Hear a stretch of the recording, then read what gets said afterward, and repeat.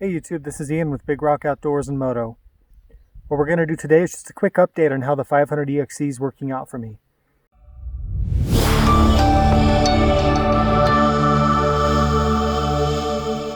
So the first thing to report is that a week or two ago I was out on a ride. I was actually doing the same ride out here, Indian Mountain in the San Jacinto Mountains in Southern California.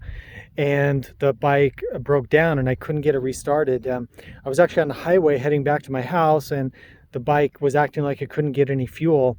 So I pulled off, and after a while I pulled things apart. I checked the fuel filters on the side of the road. I couldn't get it fixed. So I had my wife come pick me up, which was kind of frustrating with, basically like a brand new motorcycle. So I went home, tore into it, changed the filter. I even went as far as changing the fuel filter in the tank, thinking that maybe when I put on the large fuel tank that had somehow caused the problem. Maybe some dirt got sucked up in there. But I changed all the filters and that didn't do anything. So I checked electrical connections. I couldn't find what was wrong. So I had to take it back to the dealer. The dealer's a couple hours away from me because I live out in the middle of nowhere. So I took it into them. They were great. And a few days later, they called me and said, okay, we found the problem. So there's a tiny little electrical plug under the seat that's actually under the ECU that was only partially making contact. So somehow from the factory at KTM, it wasn't plugged in all the way. And so what was happening was at higher RPM, when you'd rev up the bike, the vibration would break the contact and the fuel pump wasn't getting power. So basically the fuel pump was getting powered idle and not at any sort of RPM. So it was a really frustrating, difficult problem to solve. Well, actually not difficult to solve, but difficult to find. So anyway, they plugged that in and it was perfect. So I picked it up. That's the only issue I've had with the bike, and that's just kind of a random fluke. I mean, to be honest, I've never really had issues with KTMs before. So I put on some new tires. I've got the Moto tires. What I ended up getting were the Enduro, what are they called? Tractionator Enduro Intermediate Terrain. So they're a DOT approved knobby tire. They're supposed to be for 50-50 soft, hard terrain. So they're supposed to work in sand and in the harder terrain that we kind of have. So I was really close to maybe going with like the Mountain Extreme Hybrid because a lot of my friends have those, and I thought maybe I should try a gummy tire, but I was a little worried about the gummy tire holding up on the highway and things like that. And I figured for the stuff that I ride, it's kind of like this, kind of like loose over hard pack, that maybe this tire would be good. I didn't really want to go with the desert one because I think the rubber's too hard. It's more of a long-lasting tire, almost for like an adventure bike or maybe a 690 or something. So I went with this intermediate terrain. So far, they feel pretty good. They feel pretty predictable. I came up a pretty difficult hill climb to get here and didn't have any issues. They felt pretty stable. On the highway, they're okay. Not too big of a problem. They're just passable on the highway. This is actually my first time trying Moto's tires, so I'm pretty excited about it. I've never had the Moto's. Some people call them Moto Z. I don't know. But I guess their claim to fame is they use like a different kind of rubber that's supposed to be longer lasting. So we'll see how it goes. Already see some wear on the knobs, but of course that's normal with any new tire. So following up on some things that I had in my walk around video, my earlier video on the mods and sort of building this thing, my license plate holding up just fine. Again, watch my other video, but I put in the reinforcement bolts here that go down through this assembly, and I think that's holding up pretty well. I did take the screen out of the exhaust, and I do notice it seems to run a tiny bit better. Someone commented that it doesn't make any difference, but I don't know. Seat of the pants, it feels like a tiny bit different. So that was easy enough to do. Giant loop bags holding up really well. Just watch your straps, especially on the side with the exhaust. I do have a heat shield, which is really important. One thing that I notice every time I sit on the bike is this Comfort. Get out of here. It's this Comfort XL seat. That's a huge improvement. The stock seat was really not rideable for me.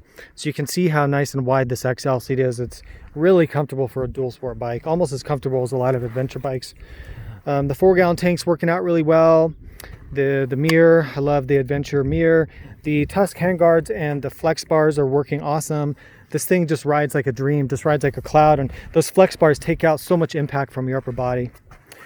Let's see, what else? All the protectors are doing their job nicely. Really no issues there, like the engine protector, the exhaust, the swing arm ones and all that kind of stuff. So I wanted to mention the radiator guards. So in my last video, I talked about maybe getting radiator guards, but when I took these shrouds off and looked at actually the stock. These actually are not just shrouds in here, they're actually guards, and they have quite a bit of reinforcement. You can't see, it's behind here. But when I looked at them, I think they're actually going to be adequate for the bike. Here's a little bit better view there. They're going to be fine. I don't see the need to spend $200 on aftermarket radiator guards. Of course, time will tell, and if I break them, then I'll have to eat my words. But actually they upgraded these, I think, I forget what year they did, maybe 2018 or something, to pretty strong, and nice job KTM on that. That saves us some money. I do have the Moto minded mount for this light sitting in the garage. I just haven't had time to put it on. I should probably try to do that tonight, but kind of busy. And then tomorrow I'm going to shoot a review of the KTM 790 Adventure R. Really excited about that because I have not ridden the 790 yet. That's kind of about it. There are some more updates, upgrades I want to do for the bike, and I mentioned this before, but I want to get some protectors for the brake discs, so that'll be something easy to do. I would like to get a steering stabilizer. I think when I start riding this bike in a desert, when it cools down next fall or winter, I'm going to probably want that steering stabilizer. I think I might put on the small KTM windshield that they actually make for the 690. It'll probably come up to around here. It just kind of looks cool. And I did it on my last 500, and some of my friends have it. This provides a little bit of wind protection for your chest when you're going down the highway, because this is kind of my dual sport or lightweight adventure bike, if you will. So I'll probably do that.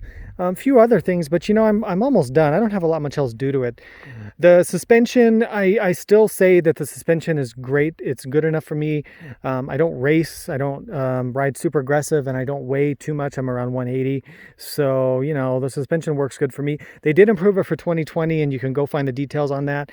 People had a lot of complaints about the Explorer fork from the earlier models, but I think they've remedied that from other reports and write-ups of the 2020 that I've seen, and from my experience, it feels great.